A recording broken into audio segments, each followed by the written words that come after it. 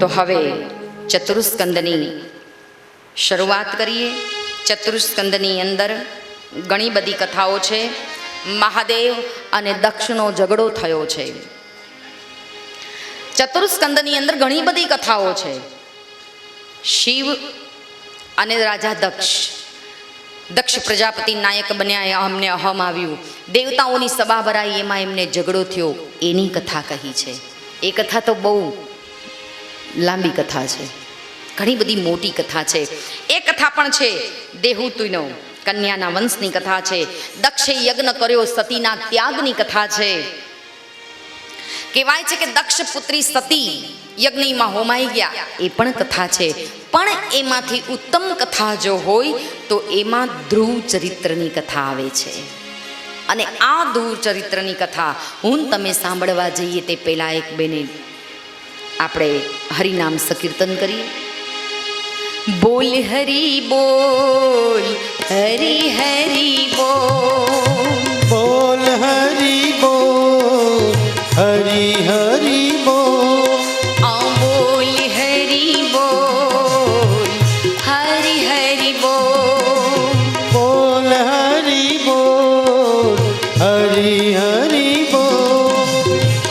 મુકુંદ માધવ ગોવિંદ બોલ, મુકુંદ માધવ ગોવિંદ બોલ. મુકુંદ માધવ ગોવિંદ બોલ, મુકુંદ માધવ ગોવિંદ બોલ. બોલ હરી બોલ, હરી હરી બોલ, બોલ હરી બોલ, હરી હરી બોલ. આ બોલ હરી બોલ, તું હરી હરી બોલ. બોલ હરી બોલ, હરી હરી બોલ. તો ચતુર્સ્કંદની કથામાં મહારાજા મનુના બે પુત્ર છે, પ્રિયવ્રત છે અને ઉતાનપાદ છે. ઉતાનપાદ રાજા થયો, તેને રાણી એક સુનીતિ અને બીજી સુરુચિ. બે સ્ત્રીઓ હોય ને, આ બે સ્ત્રીઓ છે. એમાં સુરુચિ જે છે એ માનીતી રાણી છે અને સુનીતિ છે એ અણમાનીતી રાણી છે. કહેવાય છે કે અણમાનીતી જે સુનીતિ છે એના પુત્રનું નામ ધ્રુવ છે. એક વખત પોતાના પિતા બેઠા છે અને એમના ખોળામાં બેસવા માટે ધ્રુવ ગયા. ઉંમર બહુ નાની છે ધ્રુવની, 5 વર્ષની ઉંમર બતાવી છે. 5 વર્ષનું બાળક પોતાના પિતાની ગોદમાં બેસવાનું આજ એને મન થઈ ગયું. પણ કહેવાય છે કે એની અનમાનીતી, કહેવાય છે કે પરાઈ માં આવી, ઓરમાન માં આવી અને એણે હાથ પકડી અને ધક્કો મારીને પાડી દીધો કે તારામાં લાયકાત જોઈએ, તારા બાપના ખોળામાં બેસવું હોય તો લાયકાત જોઈએ, માટે એ લાયકાત લઈને તું આવ, જા તપ કરવા જા, જતો રે જંગલમાં. એની માટે તપસ્યા કરવી પડે તો જ તારા બાપના ખોળામાં બેસાય, એમને એમ ન બેસાય. 5 વર્ષના ધ્રુવને કંઈ ખબર નથી. અને આ ધ્રુવ કહેવાય છે કે જ્યારે રડવા લાગ્યા, પણ ત્યારે કહેવાય છે કે એમની માતાએ કહ્યું, એમની માતાને ખબર છે કે દીકરો અહીંયા રહેશે અને દુઃખ ભોગવશે, એના કરતાં હુંય દુઃખી થઈશ એને જોઈ અને પોતે દુઃખી થશે. માં પોતાના દીકરાનું દુઃખ ન જોઈ શકે, એટલે કહ્યું છે જાઓ ધ્રુવ, પિતાના ખોળામાં બેસવું હોય ને તો આપણે લાયક બનવું પડે. તમારી માં સાચું કે છે, જાઓ જઈને વનમાં તપ કરો અને ભગવાન આવશે, એ તમને તમારા પિતાના ગોદમાં બેસાડશે. પણ એની માટે તપ કરવા જવા માટે, તપ કઈ રીતે કરવું જોઈએ એની માટે સદગુરુ જોઈએ ને. ગુરુ વગર કેમ તપ કરવું, માળા કેમ કરવી, જપ કેમ કરવા, ઓમ હવન કેમ કરવો, એની સદબુદ્ધિ કોણ આપે, એનું જ્ઞાન કોણ આપે? અને એટલે ધ્રુવ જ્યારે નીકળ્યા ત્યારે કહેવાય છે કે રસ્તામાં નારદ મળ્યા ને નારદને પૂછ્યું કે મારે તપ કરવું છે, મારે લાયક બનવું છે. અને ત્યારે નારદજીએ કહ્યું છે કે તારા પિતા એ નારાયણ છે. પિતા કોને બતાવ્યા છે? ભગવાનને કે ઓળખાણ આપી છે. જેમ મીરા નાની હતી અને એની માએ કહ્યું, મીરાએ ખાલી એટલું જ પૂછ્યું, માં આ કોની જાન આવે છે? કોણ છે આ ઘોડા ઉપર બેસીને આવનારું? મીરાને ભક્તિ કેમ લાગી? કે માએ પોતાનું સંસ્કારનું સિંચન કર્યું છે. માએ એવો સંસ્કાર રેડ્યો. 7 વર્ષની મીરાએ પૂછ્યું, આ કોણ છે ઘોડા ઉપર? અને ત્યારે માને એમ થયું કે જો દીકરીને અત્યારથી એમ કહીશ કે આ વરરાજો કહેવાય તો દીકરીને કદાચ ખરાબ સંસ્કાર પડે, એટલે કહ્યું કે બેટા આપણા ગામની દીકરી છે ને એને પરણવા જઈ રહ્યો છે, તો મારો વર ક્યાં છે માં? આવું જ્યારે મીરાએ પ્રશ્ન કર્યો ને ત્યારે તરત જ અંદર ઓરડામાં માં લઈ ગઈ અને કહ્યું મીરાને, મીરા આ તારો વર છે. કાળિયા ઠાકરની મૂર્તિ હતી ને એ ત્યાં લઈ જઈને ઊભી રાખી મીરાને અને કહ્યું છે આજથી તારો વર આ છે, આને તારે વર માનવાનો. અને મીરા ત્યારથી ભગવાનને પોતાના વર માનવા લાગી. પણ કહેવાય છે કે જ્યારે પછી સમય વ્યતીત થયો અને યુવાનીના ઉંમરે મીરા આવ્યા અને પછી તો તેડું આવ્યું છે રાજા ભોજનું. કેમ કે મીરાના પતિ હતા ને એમનું નામ ભોજ રાજા હતું, મેવાડની મહારાણી, મેવાડના રાજવી. અને એમનું જ્યારે તેડું આવ્યું કે ભાઈ આણા મોકલો, અને ત્યારે મીરા એમ કહેતી, ચુંદડી ઓઢું તો રંગ ચુવે ને રંગ બે રંગી હોય, એસો ઓઢું કાળો કામડો કે દૂજો દાગ ન લાગે કોઈ. મીરાની માં એમ કહેતી, મીરા સાધુ સંતો જોડે નાચવાનું બંધ કરી અને હવે સાસરે જવાની તૈયારી કર. ત્યારે મીરા એમ કહેતી, માં એવા વરને શા માટે વરું જે આજ જન્મે અને કાલ મરી જાય? વરું મારા ગિરધર ગોપાલને કે મારો ચુડોલો અમર રહી જાય. માં એવા વરને હું વરું. અને આજ મીરા મનથી ભગવાનમાં વિલીન થઈ ગઈ ભાઈ. એમ આજ 5 વર્ષના ધ્રુવને પણ આજ નારદજી એમ કે છે તારો પિતા તો નારાયણ છે, તને ખબર નથી? નારાયણ છે તારો પિતા, અને એને મળવા માટે તપ કરવું પડે. આજ કહેવાય છે કે 5 વર્ષનો ધ્રુવ ખૂબ તપ કર્યું છે. એટલી બધી તપસ્યા કરી કે એને ભગવાન પ્રગટ થયા. સદગુરુના કહેવા પ્રમાણે ગયા તો એ તપ કર્યું અને તપ કરવાથી ભગવાન પ્રસન્ન થયા અને ભગવાન પાસે માંગ્યું છે. ભગવાને કહ્યું છે, ભગવાનને આવવું પડ્યું સામે ચાલીને ધ્રુવની પાસે ને કહ્યું છે માંગ શું જોઈએ છે તારે? હું તને કંઈક આપવા આવ્યો છું. ત્યારે તારા પિતાના ખોળામાં બેસવું છે ને હું તને બેસાડવા આવ્યો છું. પણ ત્યારે ના પાડી છે ધ્રુવે. બંને ભાઈઓ જે છે એ બંને ભાઈઓના લગ્ન થયા છે. ધ્રુવના પણ લગ્ન થયા છે અને એમના ભાઈ શાનપાદના પણ લગ્ન થયા છે. બંને ભાઈઓના લગ્ન થયા ધામધૂમથી. ખૂબ રાજગાદી એમને સોંપી છે. પણ રાજગાદીમાં ઘણા વર્ષ રાજ્ય કર્યા પછી શિશુકુમારી જે છે એમને છોડીને ધ્રુવ રાજકારભાર બધો સોંપી અને નીકળી ગયા છે.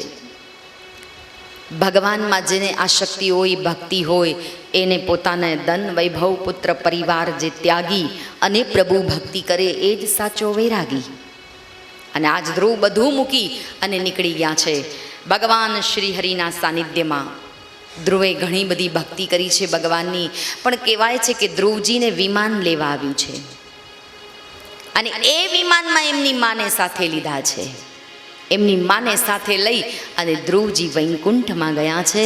અહીંયા ચતુર્સ્કંદની સમાપ્તિ કરી પંચમ સ્કંદનો આરંભ કરીએ. ભગવાન અને આપણા પિતૃઓના ચરણોમાં પુષ્પ અર્પણ કરીએ. 2 હાથ જોડી મારી સાથે આપના પિતૃઓના આત્માને શાંતિ મળે એવી પ્રાર્થના આપ કરો. ઇતિ શ્રીમદ ભાગવત મહાપુરાણે શકલલોક વિઘ્નમ ચતુર્સ્કંદ સમર્પયામી શુભમ ભવતિ. પંચમ સ્કંદની શરૂઆત કરી છે. 5મો જે સ્કંદ છે, આપણે જે આ પુષ્પ અર્પણ કરીએ છીએ ને એનું એક મહાત્મ છે કે તમે ગંગાના કિનારે બેઠા છો ને ઘણા લોકો એમ કહે છે કે અમારા અસ્થિ ગંગા, અને બધાના અસ્થિ ગંગામાં જ જાય છે. સદવિચાર પરિવાર નામનું એક ટ્રસ્ટ છે. તમે ત્યાં આપણે શું કહેવાય જમાલપુર એમની મોટી જે છે ઓફિસ, ત્યાં જઈને તમે અસ્થિ મૂકી આવો એટલે ત્યાં અસ્થિ છે ને એ જ્યાં ત્યાં ફેંકવામાં આવે છે. તમને ખબર ન હોય તો કહી દઉં. ડબ્બો હોય કેમ કે બધાયના અસ્થિ આમ પ્રેમથી લેવા રહે તો ક્યાં મેળ આવે. હે એક એવી પેટી રાખી છે, એમાં બધાયના અસ્થિ મૂકે છે. પણ બને તો, બની શકે તો સ્વયં આવી રીતે નીકળ્યા હોય તો એ અસ્થિ ગંગામાં આપના હાથે જ પધરાવજો. કેમ કે ગંગા તર્પણ કરશો અને પોતાના હાથથી તમારા જે કોઈ સગાવાલા થતા હોય અને એ પોતાના ઘરનું સભ્ય હોય કે ચાહે કોઈ પણ અડીન થતું હોય, તો 2 હાથથી ગંગામાં એ પુષ્પ અર્પણ કરશો ને, એમના અસ્થિ, એમના ફૂલ, તો કહેવાય છે ગંગા તરણ તારણી છે. શિવની જટામાં અવિરત વહેનારી એ ગંગા કહેવાય છે કે તમારા જે પિતૃઓના અસ્થિ છે ને, એ અસ્થિને, એ સદગત આત્માને શાંતિ આપે. આપણે પુષ્પ એટલે અર્પણ કરીએ છીએ કે હું પુષ્પ જ્યારે અર્પણ કરું ત્યારે તમારે 2 હાથ જોડી અને આંખો બંધ કરી પ્રભુ સ્મરણ કરી અને જે મુક્તિના દાતા છે એવા પ્રભુને યાદ કરી કહેવાનું કે હે પ્રભુ, ગંગા ઘાટે બેઠા છીએ, બ્રહ્મના મુખમાંથી એક સરસ્વતી વહી રહી છે, ભગવત કથાનું રસપાન કરી રહ્યા છીએ, તો અમારા પિતૃઓને તમે સદગત આત્માને શાંતિ આપજો અને ક્યાંક જો એ આત્મા ભટકતો હોય તો એને સ્થિર કરજો પ્રભુ. આ ચરણોમાં એ પુષ્પ અર્પણ કરીએ છીએ આપણે.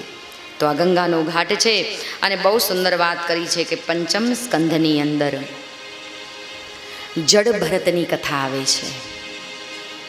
જડ જેને કહેવાય, જડ એટલે જેનામાં પ્રાણ ન હોય એવી વસ્તુ તો ખરી, પણ ઘણા માણસો નથી જડ જેવા હોતા. આપણે તો સારી રીતે ઓળખીએ ને માણસોને. જડ જેને કહેવાય કે જેને કોઈ પ્રકારનું ભાન જ નથી હોતું. અઘોર પંથમાં જે જાય છે, કહેવાય છે કે બહુ સુંદર વાત છે. જડ ભરતની કથા, ઘણી ભિન્ન કથાઓ છે આ 5મ સ્કંદની અંદર. ઋષભદેવના અવતારની કથા છે, પણ એમાં મુખ્ય જડ ભરતની કથા તરફ સુખદેવજી મહારાજ પરીક્ષિતને કહેવા માટે જઈ રહ્યા છે કે જડ ભરત એક બ્રાહ્મણ કુળમાં જેમનો જન્મ થયો હતો. બ્રાહ્મણ હતા પોતે, બ્રાહ્મણ કુળમાં જેનો જન્મ થયો હતો, પણ તે પોતે નાતા નહીં, ધોતા નહીં, ક્યારેય નાવાનું એમને આવે નહીં, ખબર નહીં, એ નાતા જ નહોતા, પોતે બ્રાહ્મણ હતા તોય. અને એમના ભાઈઓ હતા, એ એમને ખેતરમાં પાળા કરવા મોકલે તો એ ખાડા કરીને આવતા, બધી અવળી જ ગંગા વેવડાવતા. પછી એમને કે તમે જાઓ, અનાજમાં ઊભો મોલ છે, બધું ખેતરમાં અનાજ ઉગ્યું છે, તો ચકલાને ઉડાડજો, તો એ ઉપરથી એમને ખવડાવતા. ખાઓ તમતાર, ભેરાવી દેતા ખેતર જાનવરોને કે જવા દો તમતાર, ખાઈ લ્યો. ખબર નહીં, આવી જડતા રાખતા. એટલે એમના ભાઈઓ એમનાથી કંટાળીને પછી એમને કંઈ કહેવાનું, એમને કામ જ નહોતા બતાવતા. એમ કહેતા તને જે અનુકૂળ આવે એ કરે રાખ, ખબરદાર ખેતરમાં ક્યાંય જવાનું જ નહીં. આવો જડ ભરત, અઘોર પંથ જેને કહેવાય, અઘોરી જેવું જેનું અવધૂત જીવન જેનું કહેવાય. અને એવા જડ ભરત કહેવાય છે કે જેમનો જીવ કહેવાય છે કે પોતે પહેલાં તો એક ઋષિ હતા. એમનો અવતાર કેમ થયો એ બતાવ્યું છે કે એક વખત આ ભરતજી નદીના કિનારે ઓમકારનો મંત્ર કરતા અને એમાં એક હરણીનું ટોળું આવ્યું. અને કહેવાય છે કે એ હરણી જ્યારે કહેવાય છે કે સગર્ભા હતી અને એમાં એક સિંહ પાણી પીવા આવ્યો અને એને ગર્જના કરી અને કહેવાય છે કે ગર્ભ છૂટી ગયો અને એ હરણીના બચ્ચાને જન્મ થયો પાણીમાં. અને એ બચ્ચાને બચાવવા જતા એ બચ્ચું કહેવાય છે કે બચાવી લીધું અને પછી પોતાના આશ્રમમાં લઈ આવ્યા. પણ પછી તો કહેવાય છે કે રોજ સવારે ઉઠી અને ભગવાનનું ભજન કરવાની જગ્યાએ બસ હરણનું બચ્ચું સુરક્ષિત છે ને આ જ જોવા માટે એમનું મન ચાલી ગયું. ઋષિ હતા પણ મોહમાયામાં ફસાઈ ગયા. અને મોહમાયામાંથી જે મુક્તિ મનુષ્યને મળે ને એ જ ભગવાન સમીપ જાય. આપણને માયા તો ભાઈ સંસારી જીવ છીએ એટલે ખાવામાં રસ હોય, ટીવી જોવામાં રસ હોય, મનગમતી સિરિયલ આવે તો કોઈ આવ્યું હોય તો એને કંઈ પણ શકીએ કે ભાઈ 10 મિનિટ બેસી રહો યાર, શાંતિ રાખો, ટીવી જોવા દો, આ સિરિયલ પછી બીજા દિવસે નહીં આવે, આવતી હોય તોય આપણને રસ પડે. હવે મનગમતી સિરિયલ જોવામાં આપણે એટલા બધા તલ્લીન થઈ જઈએ છીએ 1-1.5 કલાક માટે. તો એટલા તલ્લીન આપણે એક થોડી વાર, આમાં તો કળિયુગની ભક્તિ છે, કયું છે એક ઘડી આધી ઘડી આધી મેં પુનિયાદ, 1-1.5 મિનિટ પ્રભુમાં મસ્ત બનવાની વાત કરી છે. અને કેવી મસ્તી કીધી છે અડધી મિનિટ, આધી મેં પુની યાદ, એનાથી અડધી. હવે એ તો કેટલી થાય, આંખનો પલકારો કરીએ ત્યાં તો એ સમય પૂરો થઈ જાય. એક ક્ષણવાર પણ ભગવાન કહે છે, એક ક્ષણ વખત પણ જો એક આંખનો પલકારો થાય એટલી વાર કોઈ મારું ધ્યાન કરે ને તો પણ હું એને મારા દર્શન આપું. કળિયુગમાં ભગવાન મળવો બહુ સસ્તો છે, જલ્દી મળે છે. અને એટલે તો અમારા ગોવિંદ રામે કહ્યું છે, કેટલા ટપકા કરવાથી પ્રભુ મળતા નથી રે. કેટલા ટપકા કરવાથી પ્રભુ મળતા નથી રે. કેટલા ટપકા કરવાથી પ્રભુ મળતા નથી રે. કેટલા ટપકા કરવાથી પ્રભુ મળતા નથી રે. પ્રભુ મળતા નથી રે, કોઈને જડતા નથી રે. પ્રભુ મળતા નથી રે, કોઈ જણતા નથી રે. ટીલા ટપકા કરવાથી પ્રભુ મળતા નથી રે. કેટલા ટપકા કરવાથી પ્રભુ મળતા નથી રે. રોજ નાવા ધોવાથી પ્રભુ મળતા નથી રે. હે રોજ નાવા ધોવાથી પ્રભુ મળતા નથી રે. એક સંત ભરતજી પૂર્વજન્મ જેમનો, પોતે સંત હતા ને જ્યારે એક હરણના બચ્ચામાં જેની આસક્તિ રહી. કહેવાય છે કે હરણનું બચ્ચું ધીરે ધીરે મોટું થયું અને ક્યાંક ચાલી ગયું. એટલે ભરતજી સવારે જાગીને જોયું તો આશ્રમમાં એ બચ્ચું નથી. ભરતજીને હવે તો એની અંદર એવી મોહમાયા લાગી ગઈ છે. ભરતજી વિચારે છે કે શું કરતું હશે, એણે ખાધું હશે, નહીં ખાધું હોય, ભૂખ્યું હશે, કોણ ખાવા આપશે. આવી બધી વિટંબણાઓમાં એમનો દિવસ પસાર થવા માંડ્યો. પછી તો એમનું ધ્યાન ભગવાનમાં ન લાગ્યું, ભક્તિમાં ન લાગ્યું. આપણે મનુષ્યને પણ ભરતજી જેવી જ કંઈક સ્થિતિ છે. થોડા ટેન્શનમાં આવી જઈએ, થોડું કંઈક અહિત થઈ જાય આપણા જીવનની અંદર, તો આપણે પણ ભરતજીની જેમ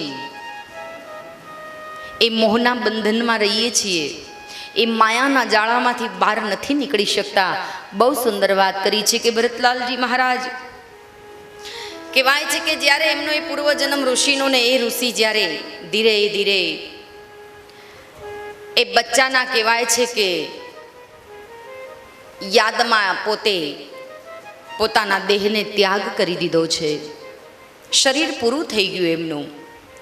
એના વિરહમાં જ એમણે પ્રાણ છોડી દીધા. અને કહેવાય છે કે આજ ભરતલાલજીનો બીજો જન્મ સુંદર એક બ્રાહ્મણ કુટુંબમાં થયો છે. તેમનો છેલ્લો અવતાર હતો. જ્ઞાનને લઈને પોતે સાવચેત જીવન જીવતા બાળપણમાં એમનું જે જડ જેવું જે જીવન હતું, જનોય જે સંસ્કાર હતો, જેમના પોતાના જીવનના હિસાબે જેમણે અભ્યાસ પણ ઓછો કર્યો હતો, એવા ભરતલાલજી, એવા જડ ભરત. પોતે જડ હતા પણ એમનો બીજી રીતે માનવો. ઘણા માણસો જડ ભરત જેવા હોય છે કે પોતે નાવા ધોવામાં ન માને પણ બીજી કોઈ ભક્તિમાં માનતા હોય છે.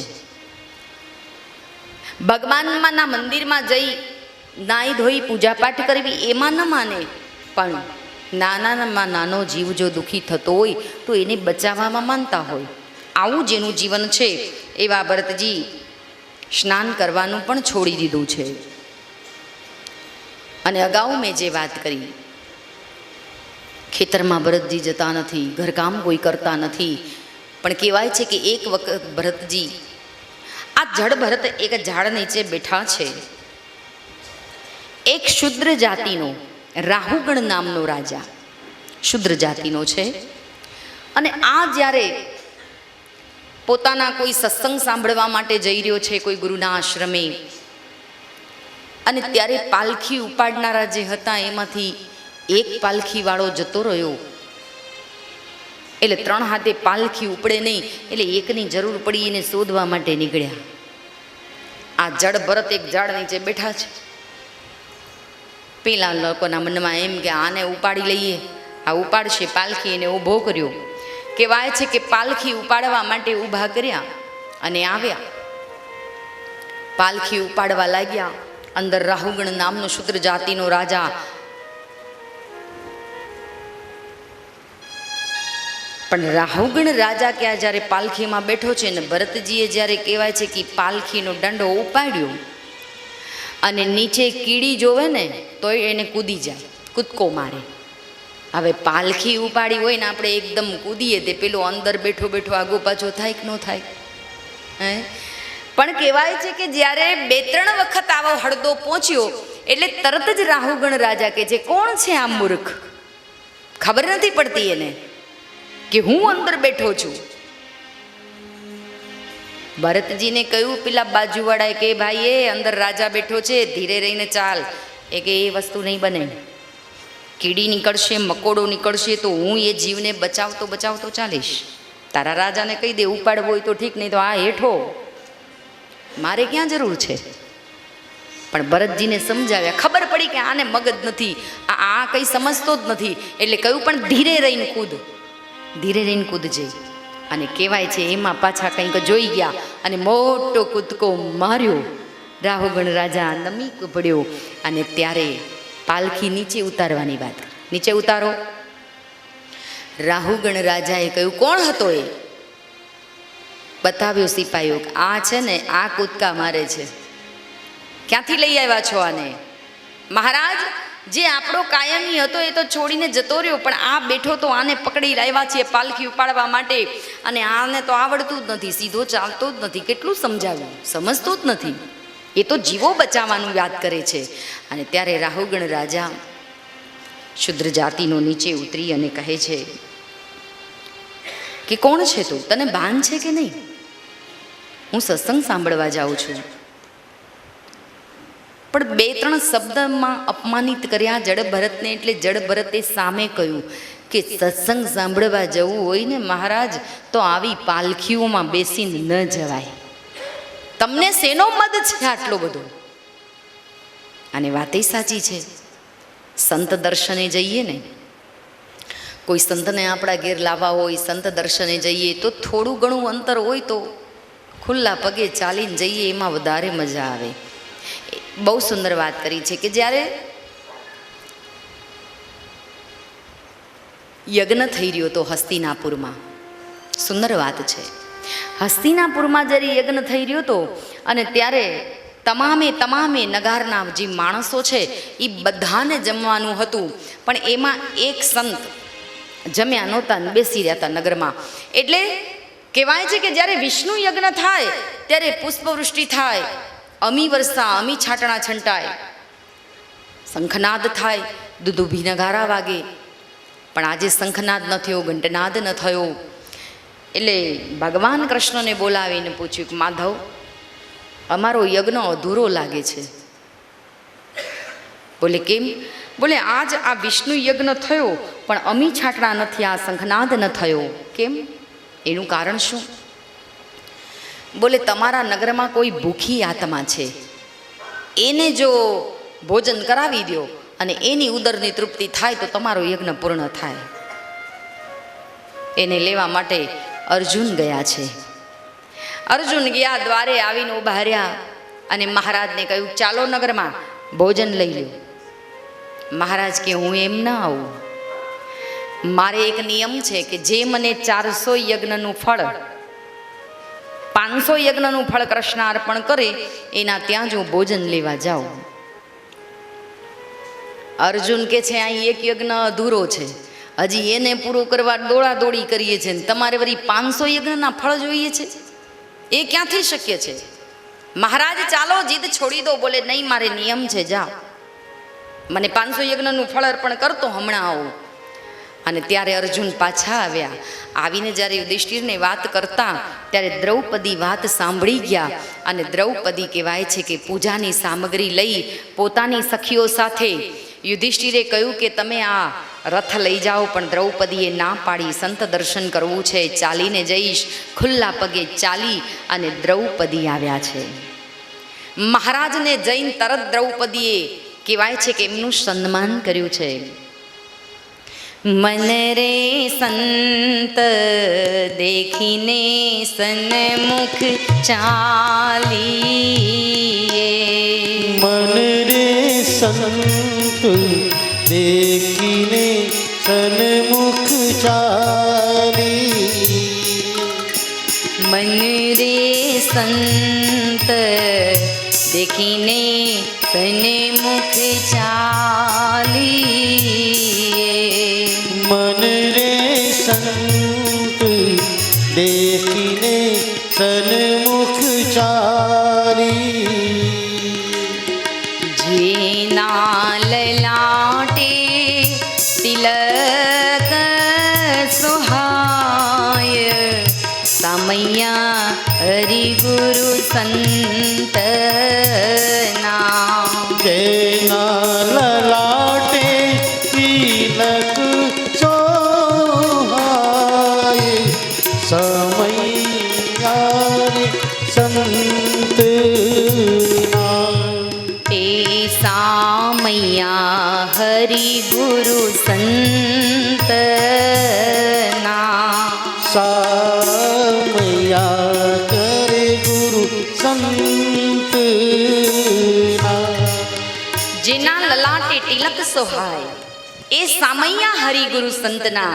અને એવા સંતને સન્માન કર્યું છે, લલાટમાં તિલક કર્યું છે ને કહ્યું છે, મહારાજ લો આ મારો જમણો હાથ અને એમાં એક પાણીની અંજલિ આપો, જેથી કરી મને શ્લોક બોલી અને હું તમને 400 યજ્ઞનું ફળ કૃષ્ણાર્પણ કરું, તમે મને 100 યજ્ઞનું ફળ કૃષ્ણાર્પણ કરો. બોલે કેમ? તારે તો એક યજ્ઞ અધૂરો છે, તારી પાસે આટલા બધા યજ્ઞનું ફળ આવ્યું ક્યાંથી? બોલે મહારાજ મેં સાંભળ્યું છે, કોઈ સંતના મુખે મેં એવું સાંભળ્યું છે કે સાચા સંતના દર્શન કરવા, ગુરુજનોના સદગુરુના દર્શન કરવા માટે ખુલ્લા પગે ચાલીને જઈએ તો એક ડગલાનું પુણ્ય એક યજ્ઞ બરાબર મળે છે. તો મહારાજ હું તમારે ત્યાં આવી 100 ડગલા થયા મેં ગણ્યા, તો 100 યજ્ઞનું ફળ મને આપો અને 400 યજ્ઞનું ફળ તમે રાખો. મહારાજ આજ મારો યજ્ઞ પૂર્ણ થાય. અને ત્યારે એ સંત બે હાથ જોડી અને પાંચાલ દેશની એ મહારાણી સામે ઊભા છે. ધન્ય છે બેટા, ધન્ય છે તારી ભક્તિને. બુદ્ધિ છે ને ભાઈ, બુદ્ધિ જ મહાન છે. કેમ કે સમયે બુદ્ધિ જો ન ચાલે તો એ બુદ્ધિ શા કામની? પણ દ્રૌપદીએ જ્યારે આ સાંભળેલી વાત યાદ કરી, 500 ડગલાનું જે પુણ્ય છે એ ડગલાનું પુણ્ય અર્પણ કરવા ગઈ, પણ એક ડગલું ભરીએ તો એક યજ્ઞનું પુણ્ય મળે. અને આ જે દ્રૌપદી મહારાજને લઈ યજ્ઞમાં ગઈ, જ્યારે એ મહારાજે એ સંતે પોતે કહેવાય છે કે યજ્ઞની પ્રસાદી જમ્યા અને ઉદરની તૃપ્તિ થઈ અને અહીંયા અમીના છાટણા થયા. વિષ્ણુ યજ્ઞ પૂરો થયો હસ્તિનાપુરમાં. તો આજ રાહુગણ રાજાને જડ ભરત કહે છે કે મહારાજ સંત સત્સંગમાં જાઓ છો તો એટલી ખબર નથી પડતી કે આવી રીતે અભિમાન ભરીને ન જવાય. સંત દર્શને જવું હોય ને તો નિર્મળ મતિ રાખીને જવું પડે, સ્વભાવને શાંત કરીને જવું પડે. ગુસ્સે કેમ થાવ છો તમે આટલા બધા? તમે કોઈ સત્સંગમાં નથી જતા લાગતા અને તમને કોઈ સાચું જ્ઞાન નથી મળ્યું લાગતું. કહેવાય છે કે આવા 2 શબ્દ બોલ્યા ને જડ ભરત આ રાજવીને, ત્યારે કહેવાય છે કે ભરતજી આટલું ચાલીને એમને તો શું પરવા, નીકળી ગયા તો. પણ ત્યારે કીધું ઉભા રહો, કોઈ સામાન્ય પુરુષ તમે નથી લાગતા. ક્યારેક કોક માણસ આપણને કંઈક 2 શબ્દ કહી દે ને તો એને સામાન્ય ન સમજતા. સમજી લેજો કે કંઈક આની અંદર, કેમ કે ભક્તિ કોઈ સમજાવે, કોઈ જ્ઞાનના 2 શબ્દ આપે, ક્યાંક ભૂલ થઈ જાય આપણી, અને એ ભૂલને ટાંકવા માટે કોક આપણને બાજુમાં લઈ જઈને 2 શબ્દ કહે તો એને ગ્રહણ કરી લેજો, કેમ કે એ કંઈક કામ લાગશે. આજે જડ ભરત 2 શબ્દ એમને કીધા પણ એમને હાડો હાડ લાગી ગયા, હૃદય વિંધી ગયા કે નક્કી આ કોઈ સામાન્ય માણસ નથી, કોઈ મહાપુરુષ લાગે છે. ભરતજીને કહ્યું છે કોઈ મહાપુરુષ લાગો છો. પણ ભરતજી પોતાના વખાણ ક્યાં પોતે કરતા? એ તો પોતાનું અવધૂત જે જીવન છે, પણ ભરતજી કહેવાય છે કે પોતે જે સામે ચાલી અને સંત દર્શને જાય વાત કરી એટલે એને કંઈક તથ્ય લાગ્યું અને એ રાજવી કહેવાય છે કે પાલખી ત્યાં જ મૂકી દીધી અને ભરતના એ જ્ઞાનના શબ્દો લાગ્યા. કહેવાય છે કે જ્યારે કોઈ સંત રૂપી એક સત્સંગ રૂપી બે શબ્દ આપણા કાનમાં કે અને જો આ હૃદયો રંગાઈ જાય, વિંધાઈ જાય, ચોટ લાગી જાય તો સમજી લેજો કે હવે ભક્તિનો રંગ બહુ નજીક છે. એક શબ્દની અંદર જો કદાચ આપણા જીવનનું પરિવર્તન થઈ જાય, એક શબ્દની અંદર જ સારો આ સંસાર સમાયેલો છે. અને એટલે જ કહ્યું છે ને, કોઈ ભક્તોએ એટલે જ કહ્યું છે કે જબ તું આયો જગત મેં જગ હસે તુજ રોઈ, કરની એસી કરકે ચલ તું હસે પીછે સારા જગ રોઈ. જન્મીએ ત્યારે આપણે રડીએ છીએ ને બધા હસે છે કે લાલો આવ્યો, લાલો આવ્યો, લાલો આવ્યો, તમારે ત્યાં દીકરો આવ્યો, પેંડા ખવડાવજો, એમ કરી અને આપણે હસીએ છીએ ને પેલો જે આવનાર છે ને એ રડે છે. પણ પછી એમ કહ્યું છે કે જ્યારે તું મોટો થાય ત્યારે તારા હાથે બે કંઈક સારા કર્મ થવા જોઈએ, કાર્ય કે તને આખું જગત યાદ કરે. તું હસતો હસતો જા અને પાછળ બધાયને રોતા મૂકી દે કે જેથી કરી એવી યાદગાર નામ અમર બનાવી દે. એક ભાઈને કથામાં આવું દ્રષ્ટાંત મેં આપ્યું ને કે જબ તું આયો જગત મેં જગ હસે તું જોઈ, કરની એસી કરકે ચલ તું હસે પીછે સારા જગ રોઈ. તે મારે ત્યાં ઉતારે મને મળવા આવ્યા. મને કે માતાજી ખરેખર કરણી હારી કરીએ તો લોકો આપણી પાછળ રડે? મરી ગયા પછી રડે ને? કે મેં કીધું હા રડે, યાદ કરે કે ફલાણા ભાઈ હતા તો સારું હતું, ઋષિકેશ લઈ જતા, આ સંઘને સાચવતા, જ્ઞાન ગંગા સંભળાવતા, કથાઓ નવી નવી સંભળાવતા. એ માણસ જ્યારે આપણી હાજરી આપણા અંદર હાજર ન હોય સભામાં ત્યારે આપણને વાતનું દુઃખ થાય. અને ત્યારે એ ભાઈ ગયા કે માતાજી હવે હું સારું જ કામ કરીશ. અને ગામમાં ગયા. ગામમાં જઈને પછી બીજા વર્ષે અમારી કથા બેઠી એટલે મન મળવા આવ્યા. મન કે માતાજી તમે કહ્યું હતું ને કે આપણી પાછળ હારું જગત, હારું ગામ રોવું પડે. અરે મારી પાછળ જગત નહીં પણ આખું ગામ રડે. મેં તમે તો પણ જીવતા મોવા છો, ક્યાંથી ગામ રડે? મન કે કોકના 5 ને કોકના 25 લઈને રવાના, આખું ગામ રડે છે અત્યારે. જબ તું આયો જગત મેં જગ હસે તુજ રોઈ, કરની એસી કરકે ચલ તું હસે પીછે સારા જગ રોઈ. એને કર્મ જુઓ કેવું કર્યું છે. હા, અને એટલે જ કહ્યું છે ભાઈ, કોઈ યાદ નહીં કરે. સારું કર્મ હશે તો સૌ યાદ કરશે, પણ ખોટું હશે ને તો એમ કહેશે કે હારું થયું, નડતો ગયો, બહુ નડતો તો. અને એટલે તો કહ્યું છે ને ભજનમાં, સૌ જીવ કેતા પછી ઝંખી શું પેલા, મારું છે આત્માન પેલા અમર કરી લઉં ના.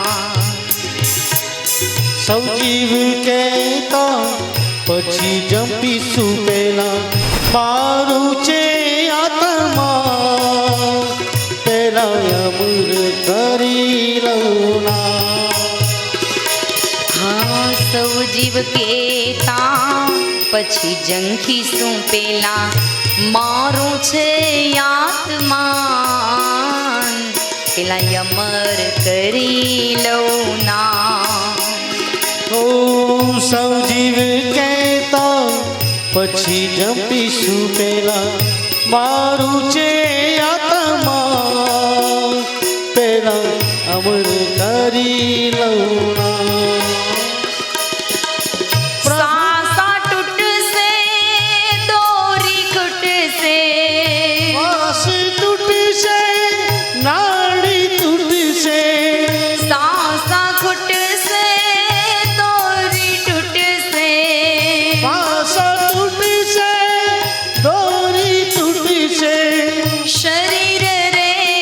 પલંગમાં રંગાઈ જાને રંગમાં, તું રંગાઈ જાને રંગમાં. જાને રંગમાં તું